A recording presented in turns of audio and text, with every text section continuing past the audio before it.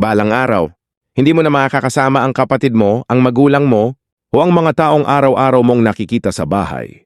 Darating ang panahon na kanya-kanya na kayo ng landas. May sariling pamilya, sariling mundo. Kaya habang nandyan pa sila, pahalagahan mo.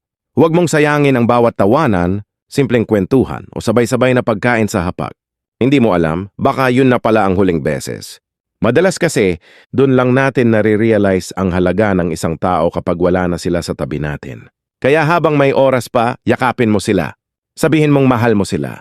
Tulungan mo si mama kahit simpleng hugas ng pinggan. Samahan mo si papa kahit tahimik lang kayong dalawa. Alayan mo ng oras ang kapatid mong laging nakakainis. Pero ikaw din pala ang unang hahanapin niya pag malungkot siya.